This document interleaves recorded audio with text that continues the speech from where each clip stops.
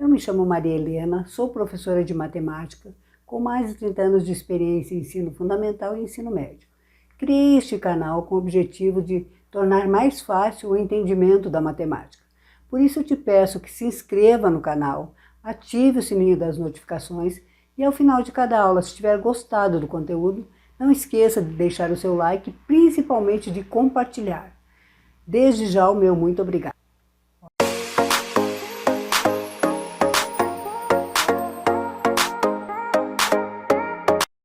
Nesta aula vamos falar sobre comparação de frações, mas antes de falarmos sobre comparação de frações, vamos fazer uma revisão sobre o que é a fração própria, imprópria e aparente. Você lembra disso? Então vamos lá. Fração própria. Uma fração é chamada de própria quando o numerador for menor que o denominador. Por quê? Porque ela representa menos do que um inteiro, ou seja, ela é uma parte do inteiro, ela é uma fração de um inteiro. 3/4. Eu vou dividir o meu inteiro em 4 partes iguais, imaginando que estejam iguais, das quais eu vou pegar 3. Ou seja, eu peguei menos do que o inteiro.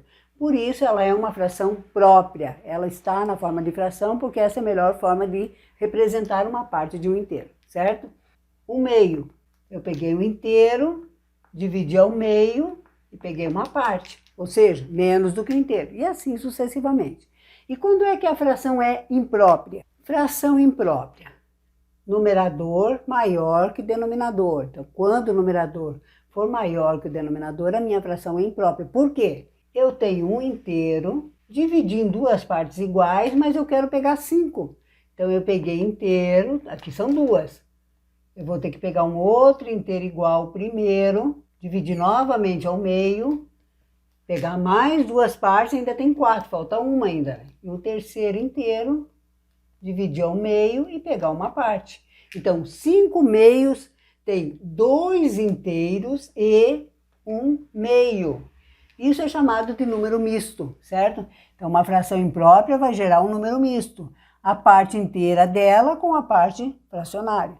Então, 2 inteiros e 1 meio.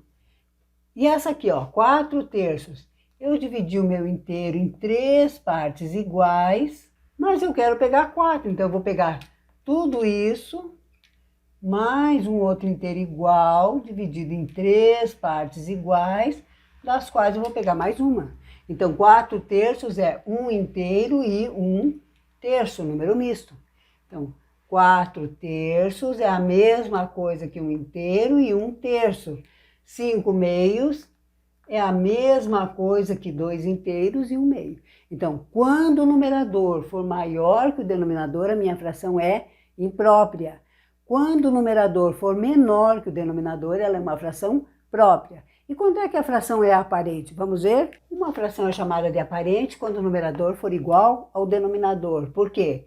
Esse traço aqui lembra divisão. Então, 4 dividido por 4 dá 1. 3 dividido por 3 dá 1. Eu dividi o meu inteiro em 4 partes iguais e vou pegar as 4, ou seja, eu peguei tudo. Eu dividi o meu inteiro em 3 partes iguais e peguei as 3, certo? Então, todas as vezes que o numerador for igual ao denominador, a fração é chamada de aparente e representa um inteiro. Lembrando, uma fração é chamada de imprópria quando o numerador for maior que o denominador, porque ali dentro tem uma parte inteira e uma parte fracionária. E quando eu represento essa parte inteira e a fracionária, isso eu chamo de número misto. Uma fração é própria quando o numerador for menor que o denominador, porque ela está representando uma fração, uma parte de um inteiro. E é aparente quando o numerador for igual ao denominador, tá certo? Então agora vamos ver a comparação de frações. O que é comparar frações? Comparar frações é ver se uma é maior ou menor que a outra ou se ambas são iguais, né? Então nós temos 3 casos distintos. O primeiro caso é quando os denominadores forem iguais. Então nesse caso eu tenho denominadores iguais. Essa fração 2/3, ela é representada da seguinte forma. Eu tenho um inteiro, dividi em 3 partes, das quais eu vou pegar 2. Né? 3 partes iguais, então aqui é a fração 2/3. Essa fração 5/3, eu dividi o inteiro em 3 partes, Mas eu vou pegar quantas? 5. Já dá para ver que é maior, né? 1, 2, 3, 4, 5. Ou seja, 5 terços tem 1 inteiro e 2 terços. Essa fração aqui é muito maior do que essa. Então, quando os denominadores forem iguais, será menor aquela que tiver menor numerador. Então, eu digo que 2 terços é menor que 5 terços. Esse símbolo aqui tem diversas formas de gravar, né? Mas a boca está sempre aberta do lado do maior. Então, eu posso escrever 2 terços menor que 5 terços ou 5 terços maior que 2 terços. Percebem que a boca está sempre aberta do lado maior? Tá certo? Então, denominadores iguais é bem fácil. Será menor aquela que tiver menor numerador, tá certo? Agora vamos ver quando os numeradores são iguais. Como é que fica? E quando os numeradores forem iguais? Vocês concordam comigo que quanto mais partes for dividido o meu inteiro, menor será essa parte? Então, quanto maior o denominador, menor é a minha fração. Vamos ver isso na prática? 3 quintos. Como é que eu represento 3 quintos? Eu vou dividir o meu inteiro em 5 partes iguais e vou pegar 3. Essa é a fração 3 quintos. E como que é a fração 3 meios? Eu vou dividir meu inteiro pela metade, mas eu quero 3 partes, né? Então eu vou pegar esse aqui inteiro e mais uma metade. Qual que eu tenho mais? Aqui ou aqui? Então, essa daqui é o 3 meios. Eu tenho o inteiro e mais um meio. Então, essa fração aqui é muito maior do que essa. Então, numeradores iguais será maior aquela que tiver menor denominador. Então, eu digo que 3 meios é maior que 3 quintos. Ou 3 quintos é menor que 3 meios. É só lembrar. Quanto mais partes for dividido o meu inteiro, menor será o tamanho pego, né? Menor será cada uma das suas partes, certo? E agora vamos ver o terceiro caso, quando não tiver nem o caso de numeradores iguais e nem o caso de denominadores iguais. E agora, qual que é menor, 3 quartos ou 4 quintos? 2 terços ou 5 sextos? Difícil, né?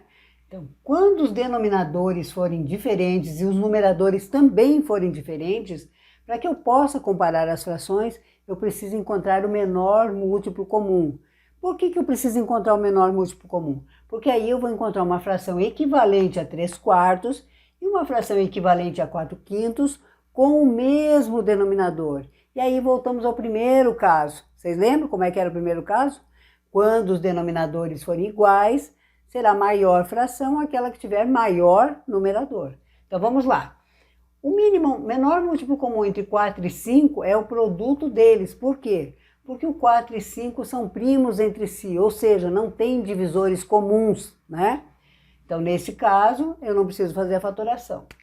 Eu vou encontrar duas frações equivalentes, as primeiras, com denominador 20, certo?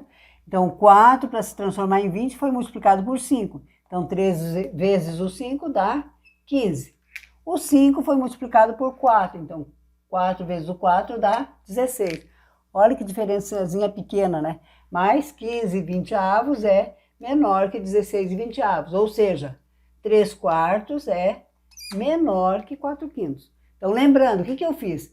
Eu encontrei o menor múltiplo comum entre 4 e 5. Encontrei uma fração equivalente a 3 quartos com denominador 20. Uma fração equivalente a 4 quintos com denominador 20.